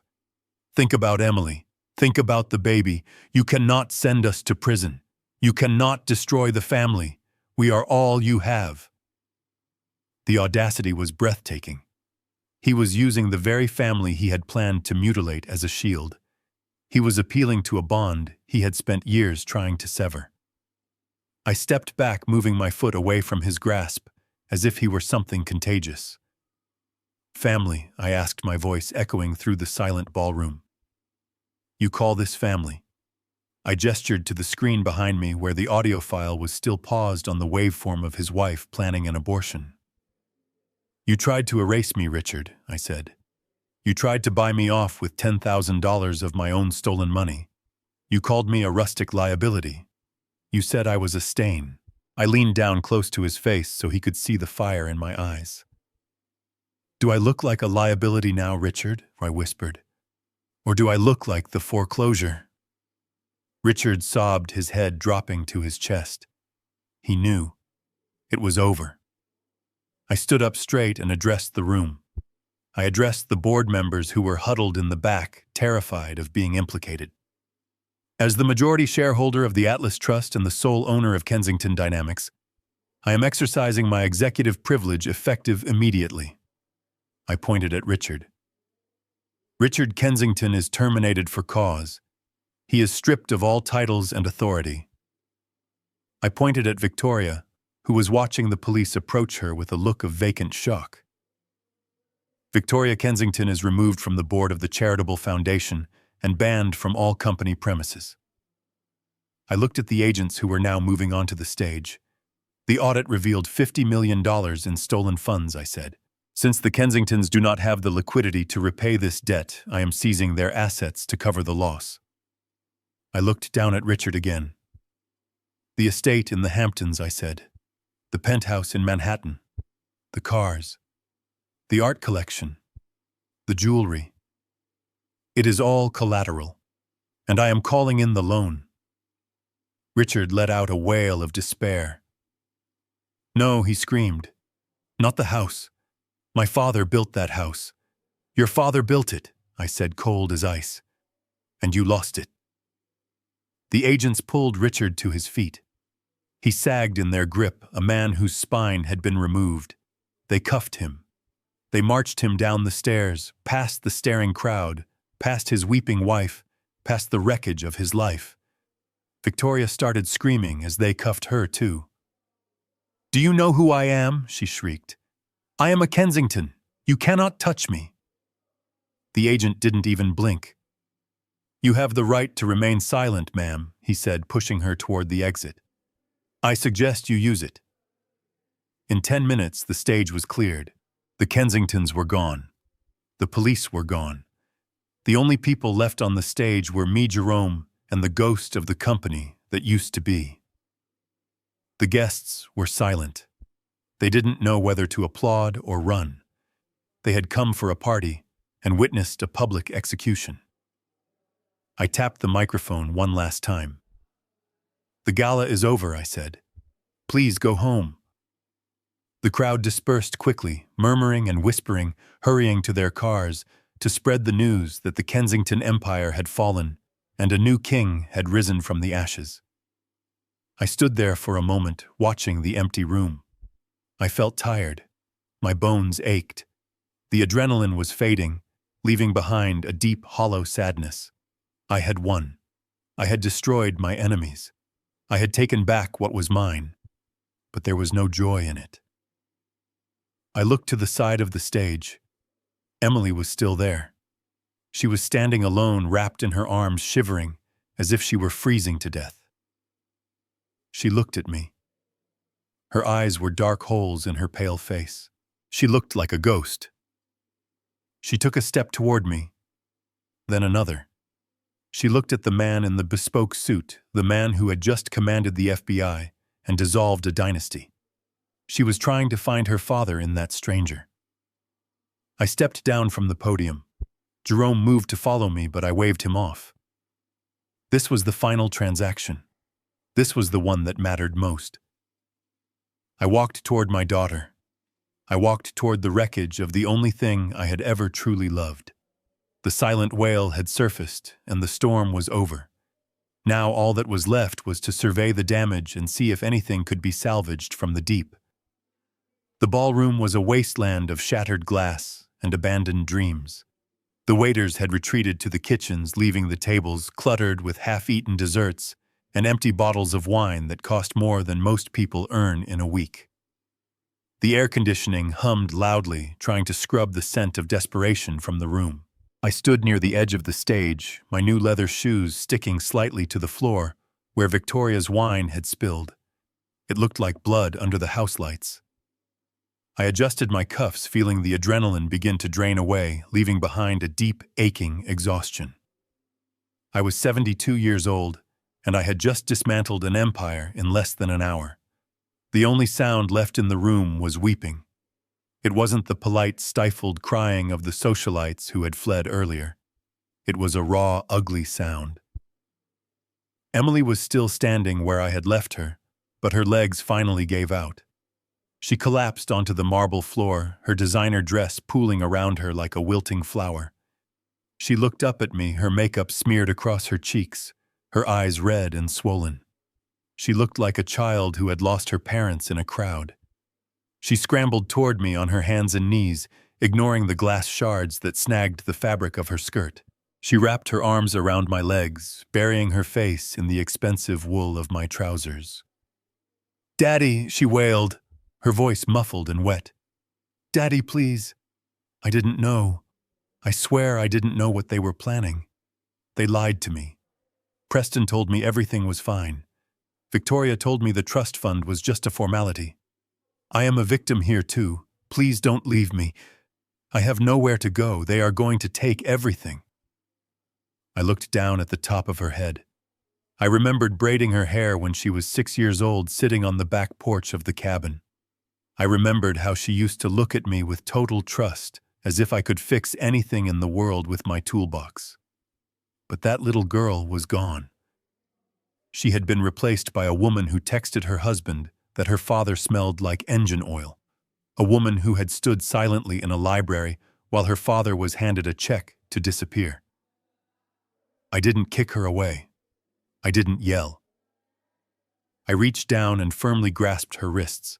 My hands, the hands of a mechanic, were still stronger than hers. I peeled her fingers off my leg one by one. She tried to hold on, gripping the fabric, desperate for an anchor, but I was relentless.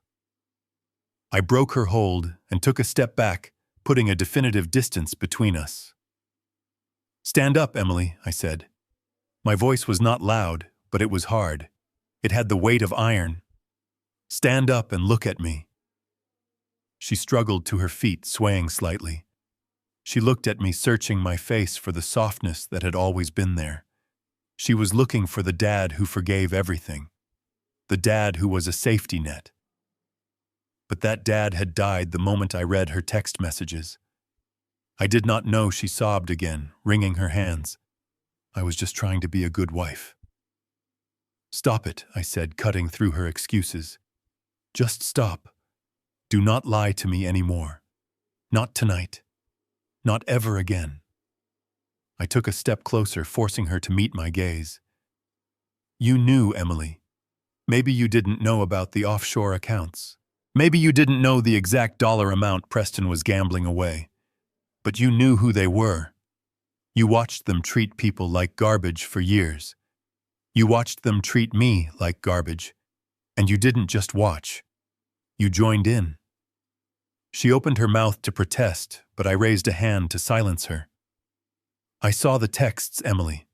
I saw what you wrote to Preston. You said I smelled like oil. You said you almost gagged when I hugged you. You said I was just a means to an end." Her face went white. The blood drained out of her so fast she looked like a corpse. She realized in that second that there was no way back. Her private cruelty had been exposed. "You chose money over your father." I continued, my voice shaking slightly with the pain of the truth. "You chose the appearance of wealth over the reality of love. You wanted the mansion. You wanted the status. You wanted to be a Kensington so badly that you were willing to let them erase me. You were willing to let them buy your child." "That is not true," she whispered, but there was no conviction in it. "It is true," I said. "And now the bill is due. You wanted to live in a world where money is the only thing that matters. Well, welcome to that world. In this world, when you make a bad investment, you lose. And you, Emily, made a terrible investment. You bet against your own blood." She looked around the empty ballroom, as if searching for an exit or a savior. But there was no one. Preston was in a holding cell. Victoria was likely screaming at a lawyer. The guests were gone. She was alone. "I am pregnant," she said softly, playing her last card. "I am having your grandchild. You can't leave us on the street. You have billions now. You have to help us." I looked at her stomach. I thought about the baby growing inside her, a baby that had almost been sacrificed for a trust fund clause. I reached into the inside pocket of my jacket. I pulled out a single brass key. It wasn't a key card to a penthouse. It wasn't a key to a luxury car. It was a simple, tarnished brass key on a faded plastic ring.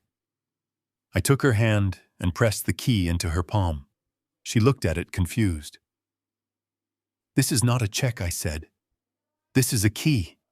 It is the key to the cabin." She stared at the key as if it were an alien object. "The cabin?" she asked, her voice filled with disbelief. "The cabin," I confirmed. "The shack you hated. The place with the wood stove and the drafty windows. It is yours now. I transferred the deed to your name this morning. It is paid for. The taxes are paid for the next 10 years. It is a roof over your head. It is a place to sleep, but, she stammered, looking from the key to me. But you have $10 billion. You could buy me a house. You could buy me anything. I could, I said. But I won't. If I give you money now, Emily, you will never learn. You will just find another Preston. You will just wait for the next payout. You need to learn how to survive. You need to learn what it means to build a life, not just buy one. I stepped back, buttoning my jacket. I am leaving, Emily. I am going to travel. I am going to see the places your mother and I always talked about. I am going to Paris. I am going to Rome. I am going to live the rest of my life for me. And the baby, she asked, tears spilling again. But this time they were tears of fear, not manipulation. The baby will be taken care of, I said. I have set up an educational trust for my grandchild. Jerome is the trustee. It pays for school. It pays for medical bills. It pays for college. But you cannot touch a cent of it. Not for clothes, not for cars, not for rent. That money is for the child's future, not your present. I looked at her one last time. She looked small, standing there in the ruins of her vanity, holding the key to a wooden cabin. If you want to make a life, Emily, go to the cabin. Plant a garden. Chop wood. Learn how to work. Learn how to be a mother instead of a socialite. Maybe in the silence out there, you will find the part of yourself you sold to these people. Maybe you will remember who you are. I turned away. It was the hardest thing I had ever done. Harder than working double shifts. Harder than burying my wife. Walking away from my child while she cried was an agony I wouldn't wish on anyone. But I knew that if I turned back, if I wrote her a check, I would be killing her soul just as surely as the Kensingtons had tried to kill mine. I walked down the stairs of the stage and across the marble floor. My footsteps echoed in the vast emptiness. Jerome was waiting for me. By the exit, holding the door open. He looked at me with a sad, understanding smile.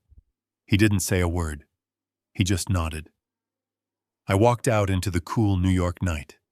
The air smelled of exhaust and rain, but to me, it smelled like freedom.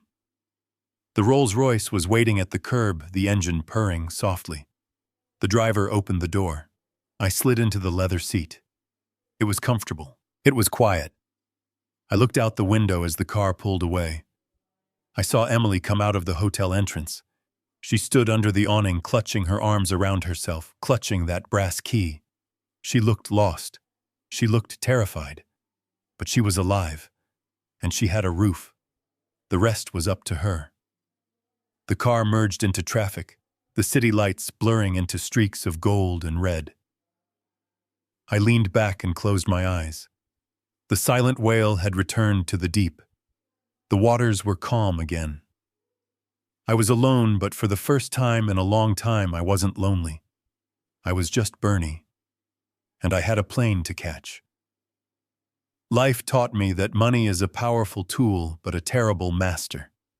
The Kensingtons possessed immense wealth, yet they were spiritually bankrupt. My daughter traded her dignity for a lifestyle, and the cost was her family. I didn't leave Emily that cabin to punish her, but to save her.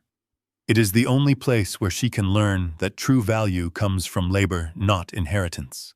Sometimes the greatest act of love is letting someone face the consequences of their choices. True wealth isn't my $10 billion. It is the peace of knowing I kept my promises.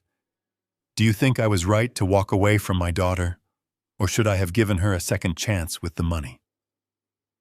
Tell me your honest opinion in the comments below. If this story of justice satisfied you, please hit like and subscribe to the channel. See you in the next story.